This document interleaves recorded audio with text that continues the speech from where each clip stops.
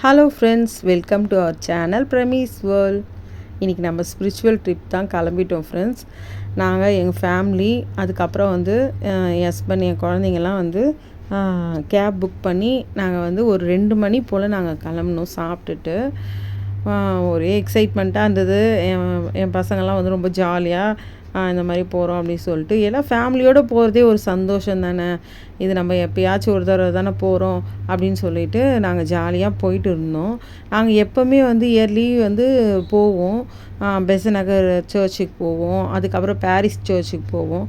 அந்த மாதிரி வந்து ஆக்சுவலாக வந்து நாங்கள் நாகப்பட்டினம் சர்ச்சுக்கு போகலான்னு சொல்லி தான் பிளான் பண்ணியிருந்தோம். ஆனால் சில காரணங்களால் போக முடியல. அதனால தான் சரி எங்கேயாச்சும் போயிடலாம் அப்படின்னு சொல்லிட்டு நாங்கள் வந்தோம் ஃப்ரெண்ட்ஸ்.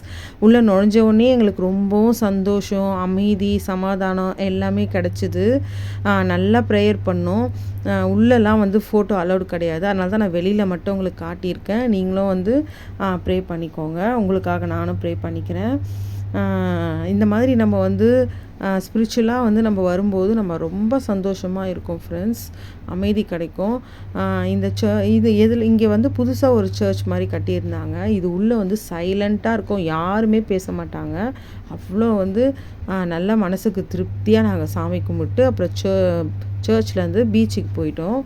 பீச்சில் போனோடனே ஒரே என்ஜாய்மெண்ட்டு தான். என் பசங்களெல்லாம் கையிலே பிடிக்க முடியல. எல்லாம் ஜாலியாக கடலில் போய் ஜாலியாக விளையாடிட்டு இருந்தாங்க. அங்கே நம்ம மட்டும் இல்லை ஃப்ரெண்ட்ஸ், வரவங்க எல்லாருமே வந்து பெரியவங்க கூட வந்து குழந்தையாக மாறிடுறாங்க.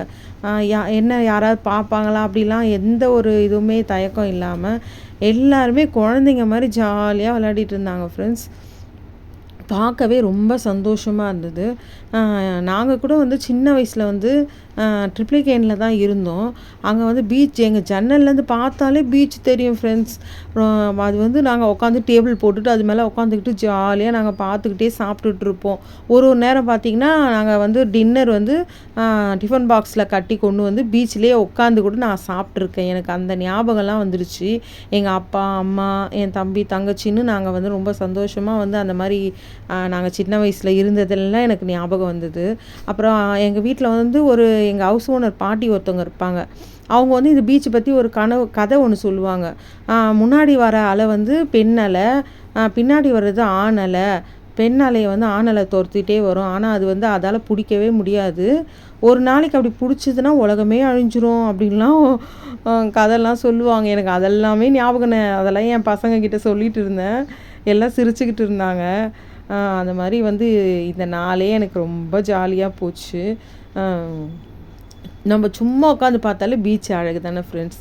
கண்டிப்பாக இந்த வீடியோ பிடிச்சிருக்கோன்னு நினைக்கிறேன். லைக் பண்ணுங்கள், ஷேர் பண்ணுங்கள், கமெண்ட் பண்ணுங்கள், மறக்காமல் சப்ஸ்கிரைப் பண்ணுங்கள். பாய்.